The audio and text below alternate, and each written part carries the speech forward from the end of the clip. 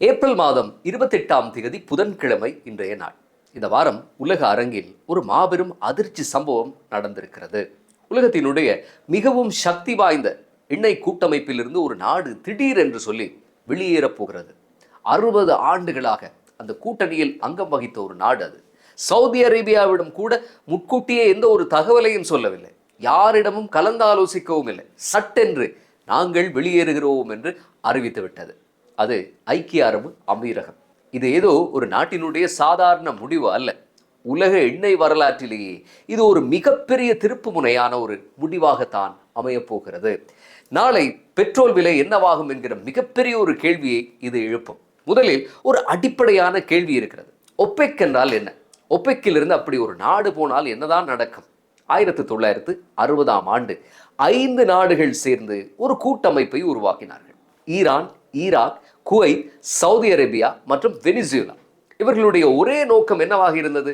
உலகத்தில் கச்சா எண்ணெயினுடைய விலையை தாமே தீர்மானிக்க வேண்டும். அதுதான் அவர்களுடைய ஒரே நோக்கம். உலகத்தில் தொழிற்சாலைகள் இயங்க எண்ணெய் வேண்டும், விமானங்கள் பறக்கவும் எண்ணெய் வேண்டும், கார்கள் ஓட வேண்டுமானால் எண்ணெய் வேண்டும், மின்சாரம் உற்பத்தி செய்யவும் எண்ணெய் வேண்டும். இப்படிப்பட்ட ஒரு முக்கிய வளத்தை கட்டுப்படுத்தினால் உலகத்தையே கட்டுப்படுத்தலாம். அதுதான் ஒப்பெக் அமைப்பினுடைய பலம். இன்று ஒப்பெக் கூட்டமைப்பில் 12 நாடுகள் இருக்கின்றன. இந்த 12 நாடுகளும் தான் உலகத்தின் 36% கச்சா எண்ணெய் உற்பத்தியை செய்கின்றன.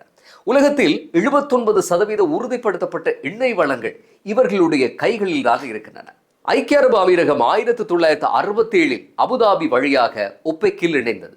1971 ஐக்கிய அரபு அமீரகம் என்ற ஒரு தனி நாடாக உருவான பிறகும் அந்த கூட்டணியில் அது தொடர்ந்தது. கிட்டத்தட்ட பார்த்தால் 60 ஆண்டுகள். ஆனால் வரக்கூடிய மே மாதம் 1ஆம் தேதி வெள்ளிக்கிழமை அமீரகம் இந்த அமைப்பிலிருந்து வெளியேறுகிறது. ஏன்? இதனுடைய பின்னணியில் என்ன நடக்கிறது என்பதையும் நாம் விரிவாக பேசுவோம். இதை புரிந்து கொள்வதற்கு இப்போது உலகத்தில் என்ன நடந்து கொண்டிருக்கிறது என்பதை நாம் கவனிக்க வேண்டும். பிப்ரவரி 28 அமெரிக்காவும் இஸ்ரேலும் ஈரானை தாக்கத் தொடங்கின. இதனால் ஈரானுக்கும் ஓமானுக்கும் இடையில் உள்ள மிக முக்கியமான கடல் வழியான ஹோர்முஸ் நீரிணை மூடப்பட்டது. உலகத்தினுடைய 1/5 கச்சா எண்ணெயும் எரிவாயுவும் இந்த குறுகிய கடல் வழியாகத்தான் செல்கிறது. அது இப்போது அடைபட்டு கிடக்கிறது. அமீரகமும் சவுதி அரேபியாவும் வளைகுடா நாடுகள் இவர்களாலும் இப்போது தங்களுடைய எண்ணெய் கப்பல்கள் மூலம் ஏற்றுமதி செய்ய முடியாமல் போயிருக்கிறது. ஒப்பெக் அமைப்பில் ஒரு ஒதுக்கீட்டு முறை இருக்கிறது, ஒரு கோட்டா சிஸ்டம் இருக்கிறது. ஒரு நாடு இவ்வளவுதான் எண்ணெய் உற்பத்தி செய்ய வேண்டும் என்ற கட்டுப்பாடு தான் அது. ஆனால் இப்போது உற்பத்தியே செய்தாலும் அதை ஏற்றுமதி செய்ய முடியாத ஒரு துர்பாக்கியமான நிலை. அமீரகத்தினுடைய எரிசக்தி துறை அமைச்சர் ஷுஹைல் அல் மஸ்ரூயி என்ன சொல்கிறார் தெரியுமா? நாங்கள் ஒப்பெக்கில் இருந்தாலும் சரி இல்லாவிட்டாலும் சரி ஹோர்முஸ் நீரிணை மூடப்பட்டிருப்பதால் இப்போது சந்தையில் பெரிய பாதிப்பு இருக்காது. இதுதான் சரியான நேரம். நீரிணை திறக்கப்பட்டவுடன் நாங்கள் அதிக எண்ணெயை உற்பத்தி செய்து விற்க சுதந்திரமாக இருப்போம் என்று அவர் சொல்லுகிறார். ஆக இப்போது அவர்கள் இதிலிருந்து வெளியேறுவதற்கான நோக்கம் நமக்கு தெளிவாக புரிகிறது. இன்னொரு முக்கியமான விஷயம், அமீரகத்துக்கும் சவுதி அரேபியாவுக்கும் இடையே நீண்ட நாட்களாகவே ஒரு பனிப்போர் நடந்து வருகிறது.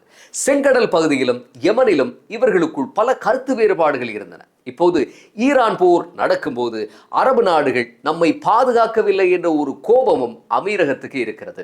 அமீரகம் இந்த ஈரான் போரின் போது கொஞ்சம் அதிகமாகவே பாதிக்கப்பட்டது.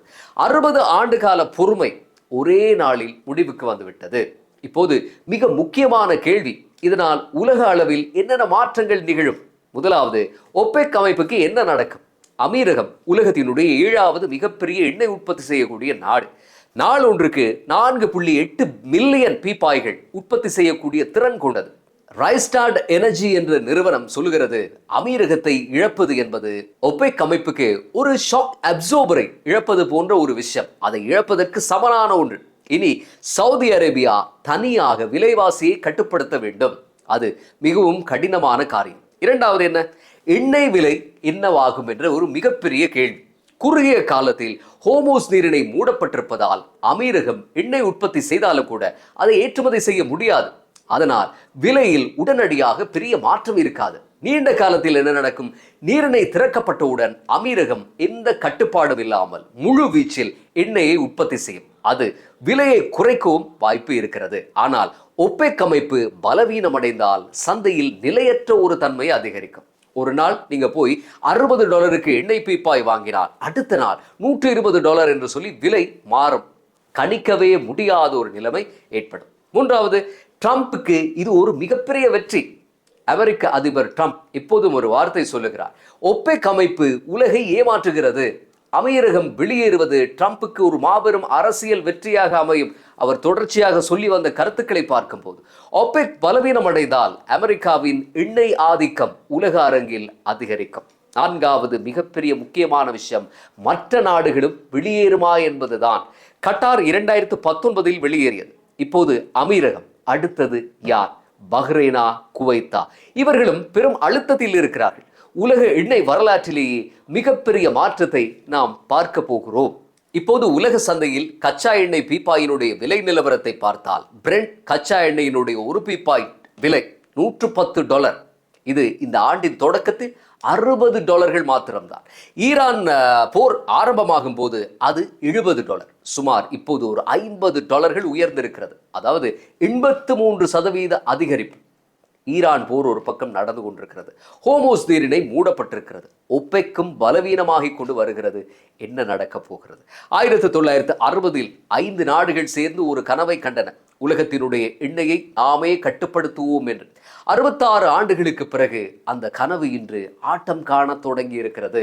ஈரான் போர், நீரிணை மூடல், அமீரகத்தினுடைய வெளியேற்றம், ஒவ்வொரு நாளும் ஒப்பெக் கொஞ்சம் கொஞ்சமாக தன்னுடைய பலத்தை இழந்து வருகிறது. எண்ணெயை கட்டுப்படுத்தியவர்கள் தங்கள் கட்டுப்பாட்டை இழக்கும் போது உலகத்தில் லாபமடைய போவது யார்?